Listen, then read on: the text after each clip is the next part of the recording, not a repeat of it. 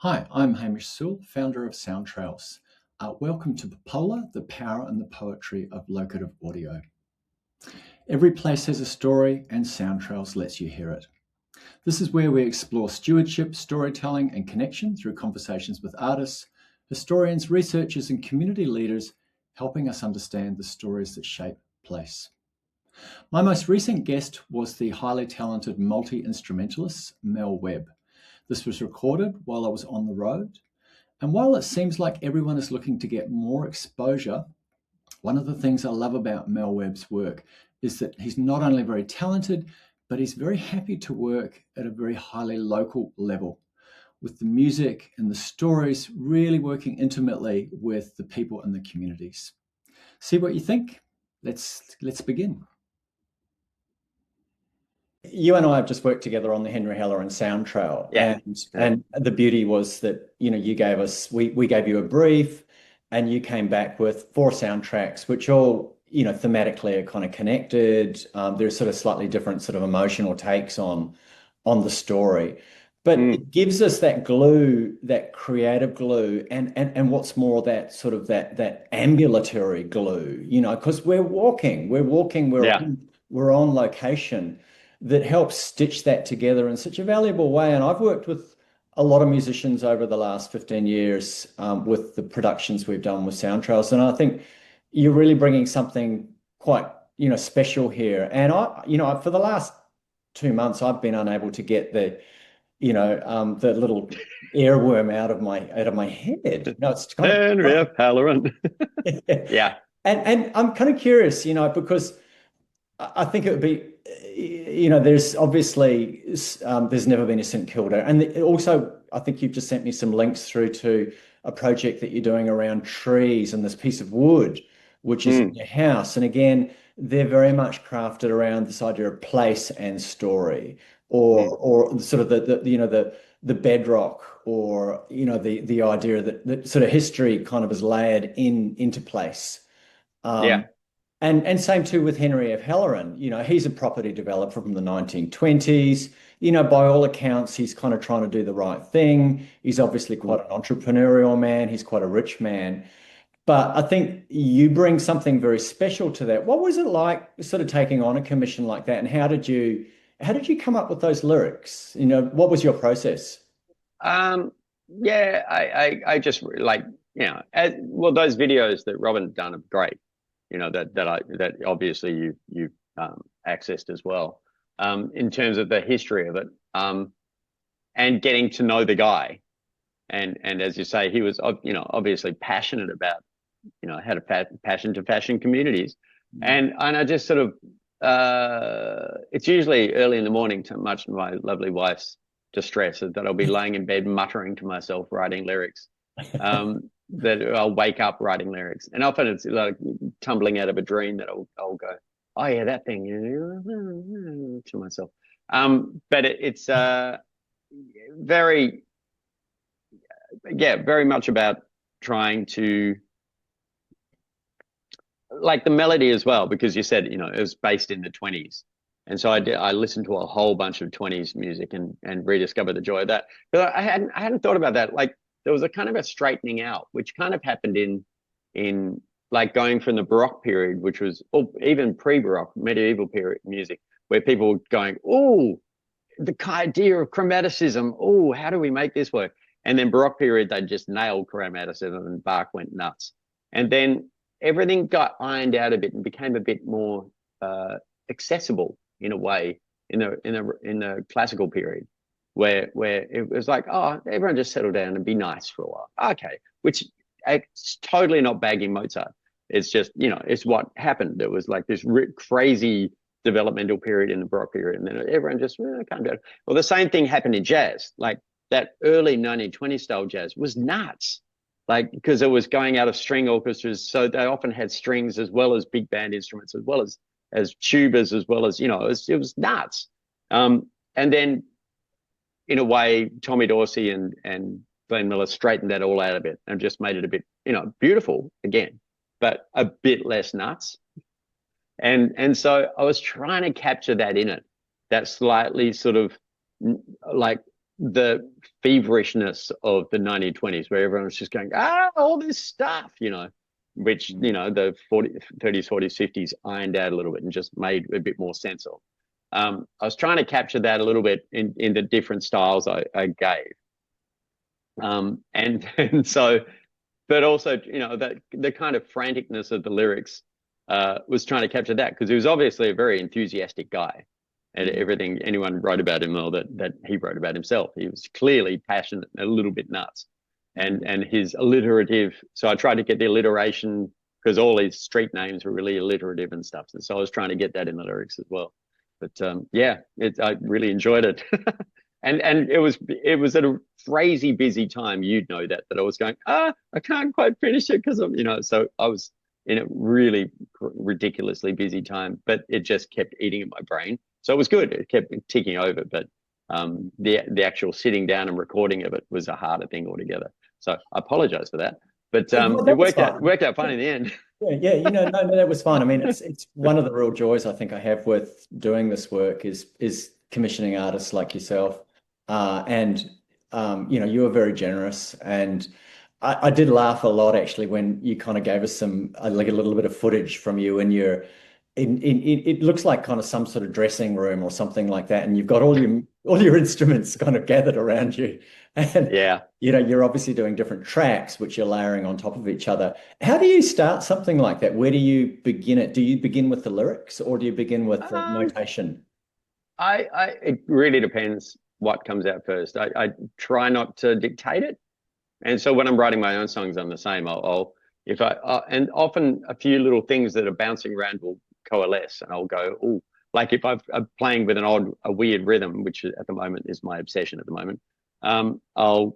If I've got an idea for, like, the tree songwriting, is in 13 and 18 at the same time, which is a very strange bit of musical maths.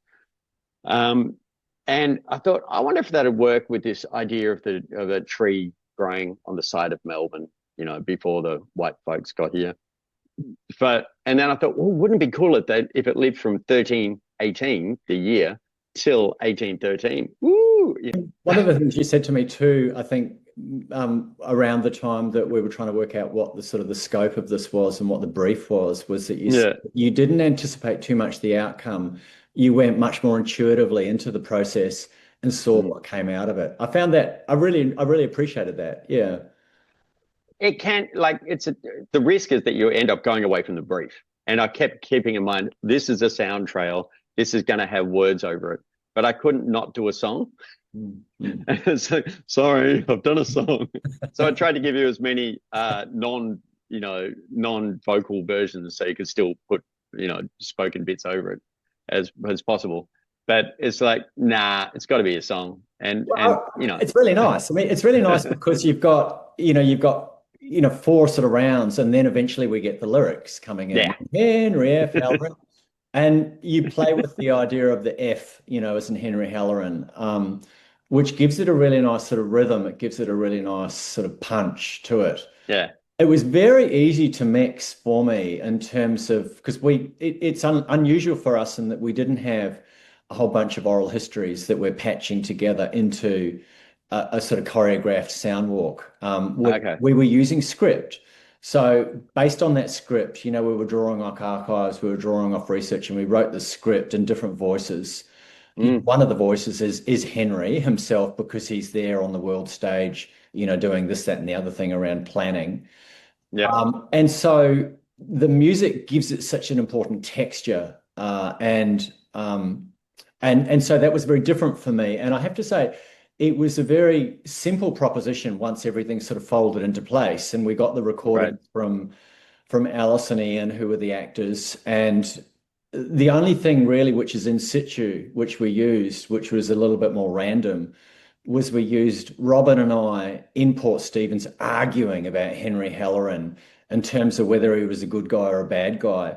And so we're sort of like almost like the two grumpy old men. But meanwhile, you've got the music, which is obviously telling the story, and we can break into those lyrics. Yeah. And by the time we break into those lyrics, it's lovely. There's a real crescendo to it. So I was very grateful that great. Give us a narrative, give us that. Give you a button to land on. Yeah. Yeah, And very correct. rhythmic. It was very rhythmic. It was very easy to use. It's funny too because like you were saying about the arguing about whether he's a good guy or bad guy, you sort of go property developer, Yeah. Yeah. immediately, and then Yeah. go, oh, and then carving up, this lovely country, which is, Yeah. it's like, okay, but then, yeah, Yeah. I totally get that. Like, and I kept vacillating on that front while I was doing the research about it, and writing the song and going, am I glorifying this guy too much? Yeah. Yeah.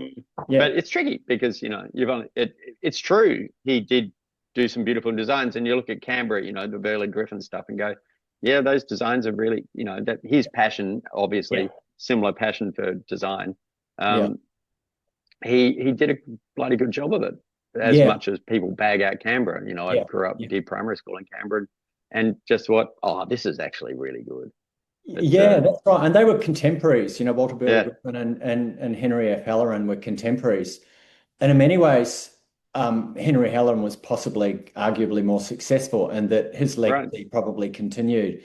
I think Walter Burley Griffin sort of ran off from Australia, probably in disgust actually by the treatment that were given to, his plans yeah, and the way they were constantly diluted. I mean, places are fairly sort of benign or even sort of inert until there's this kind of story that connects us to those places. And that's where I really sort of appreciate, the artistry and the storytelling work of people like yourself. I think that there's a gift in that, and I think that we often underrate, the degree to which we all belong somewhere, and we've all got these stories about somewhere. And I'm sort of seeing you do that really in your work.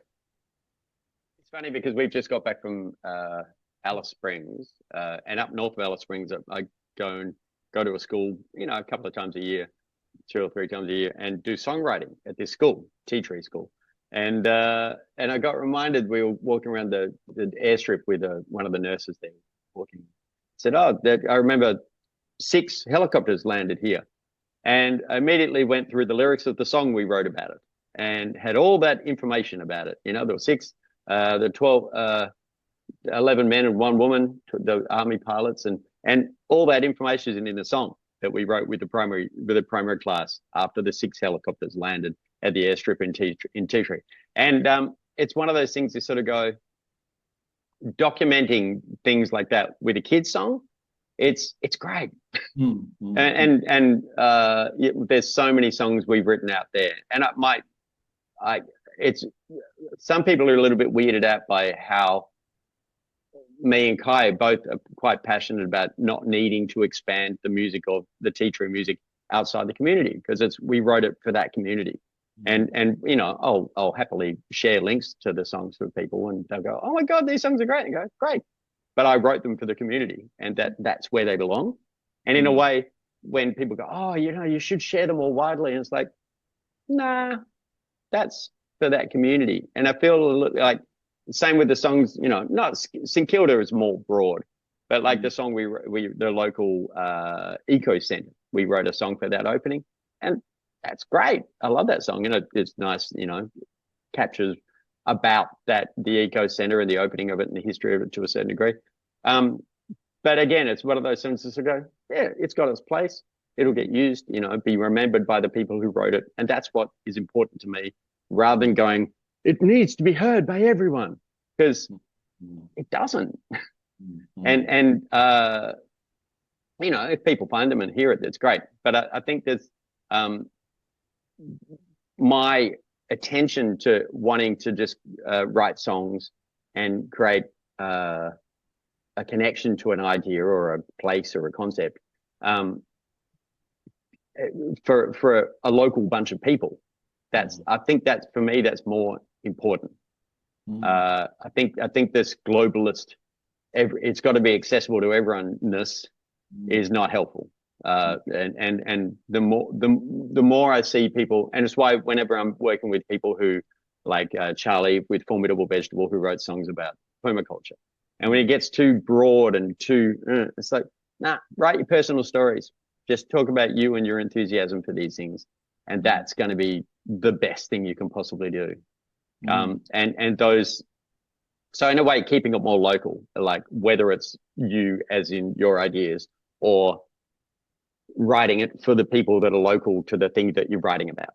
and then not diluting it by trying to make it too broad. And that's been a bit of a passion of mine lately, because I worry about this desperate globalism, and which is diluting things a lot. And in terms of genre as well, like the need to fit to genres and stuff, and it's like a real diluting of creativity. It's kind of all going in the opposite direction, really, isn't it? It's going local, it's going sort of ownership. It's not trying to pull out, the lens, the aperture to, to look at it in big focus and get as many kind of hits as you can. It's almost saying this has value within this place, this community, these people. And if it's exclusive to those people, like I feel like the tea tree people feel like that, these are our songs. Yeah. Mal's come and written these with us. Yeah. And they're our songs. It's not it's not the whole world's. No, these are ours. Yeah. And same with so much of the other stuff we do. It's like, no, we're just writing this for you. Yeah. And particularly if we do, songwriting things in schools, and they're their songs. Yeah. Yeah. Which it's that sense of, it's almost like it's a little conspiracy. Oh, we've written this thing together and it's just ours, and that exclusivity is great. And rather than the need to, because so many projects we work with are all about, making a big thing that then would be put out in the world. And I'm less and less buying into that, because I think local and special and not exclusive, not pushing people out, but actually really valuing the local is really important. When you kind of get asked to take on a project like the Henry Halloran music or a Soundtrail like that, is that a little bit different and out of the box for you than what you would be doing in your normal walk of life? Yeah, it's great. But again, it isn't that different, in that I always challenge myself to approach writing something from as many angles as possible, and try to let things happen organically, which, as I said, means you often end up not meeting the brief. Like the Tree song was apparently to be for choirs, and it's ended up not being very choir friendly at all. Sorry. But in a way you can just let it come out the way it comes out, and guide it to a certain degree. For me, so many of the musicians I work with who are all gifted, I think, in their own right, and deeply creative, they're duty bound in many ways to play the circuit. And that circuit will mean they're doing festivals, they're doing music, festivals, they're doing covers, they're playing at pubs on Friday and Saturday night to bring in the money. Whereas I get the feeling you're kind of taking a different approach to this. Yeah. Yeah, I do all sorts of weird shit. And so, well, yeah, a few people have said along the way in my life have gone, well, someone once said, if you don't know where you're going, any road will get you there. And it's like, well, that's a good thing. I think actually that's a good thing. Yes. Like if you just leave yourself open to weird shit to come along and land on you, like doing music at a school in Central Australia. Yeah. And that thing I've committed to is I'll just keep going there till they say, well, I'm going to go. And it's more than, oh God, it's 20 something years that I've been going there. And so and so that's been an ongoing job that I've had. And I've got heaps of those weird ongoing, nothing weird about it. But anyway, those odd things. There's a musician, go, oh, that's not your standard playing in pubs sort of music thing. It's like, well, I don't play in pubs. I don't like pubs. I don't drink. And so why would I want to? So I've had to, due to my, again, bloody mindedness. Yeah. My music career has ended up being pretty weird, but a whole lot of fun, weird stuff. I'm playing for a permaculture band. Woohoo! And so it's great. And whenever we do gigs in schools, we're always saying, like, don't get a picture of exactly what the trajectory of a music career is, because there's so many options to musicians out there, and so many versions of what a music career is. And so, whenever people you can see they're sort of going, well, I just have to do this, and then I'll learn this, and then I'll do this thing. It's like, well, that's cutting down a billion amazing options that you might end up doing. And I've been very fortunate financially as well, that I've been able to be as open-minded as I has, but it's always worked out really well financially. Like, yeah. It's interesting, isn't it, that sort of juxtaposition between it being very fluid, it being very open, it being almost like an improv process, while at the same time, I would say, you bring a great deal of versatility and skill and knowledge to that workshop. For me, I guess working with stories and voices and songs and sounds on location, there's a deep sense of stewardship around the idea that stories have a place on location, and that relationship between stories, voices, sounds, songs on location, with that deep ancestral kind of connection, that we almost have a duty of care in many ways yeah. to the way in which story sits on location, and the way in which we respect that. We attribute, the artists involved, the children whose voices are there, the community who's behind these people. And so, Brilliant. there's a sort of softness there, but at the same time, there's an openness and a willingness to sort of move with fluidity here. Yeah. Yeah. Yeah. Well, it's what you're doing. It's like, I always think it's like, everyone's going to interpret a history differently and voice it differently. And it's a bit like genetics.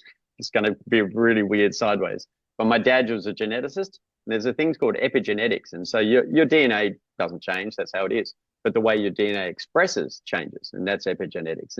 And for me, that's how it feels to me, that thing of going, it's the same information. It's the same thing. But everyone's going to interpret, like a song, the way everyone hears it. It's kind of epigenetics, is that everyone goes, oh, it's the same song, but through my filter, it's a completely different song to how someone else hears it. And same with the histories that you're working with, through the way that everyone receives it is going to turn it into a different history, even though it's the same. And that's what's lovely about it, is that everyone's interpretation of it is going to shed a new light on it for everyone else. And not lovely. Just their interpretation of it, but also the fact that we all, in many ways, I think deep down in our DNA, we can relate to the fact that we all belong somewhere, or we have relationships to stories somewhere. Yeah, and that totally. Part of our meaning is sort of forged through that. Yeah, absolutely. Yeah, no, it's brilliant. Hurrah! Hurrah! And on that profound note, I'm going to finish this conversation. You've been listening to Popola, a conversation series from Soundtrails. At Soundtrails, we work with communities, creatives, and cultural organisations to bring stories, memories, and heritage back onto the landscape through immersive listening experiences. To learn more, visit Soundtrails at soundtrails.com.au, because every place has a story and Soundtrails lets you hear it. I'm Dr. Hamish Sewell. Thank you for joining us.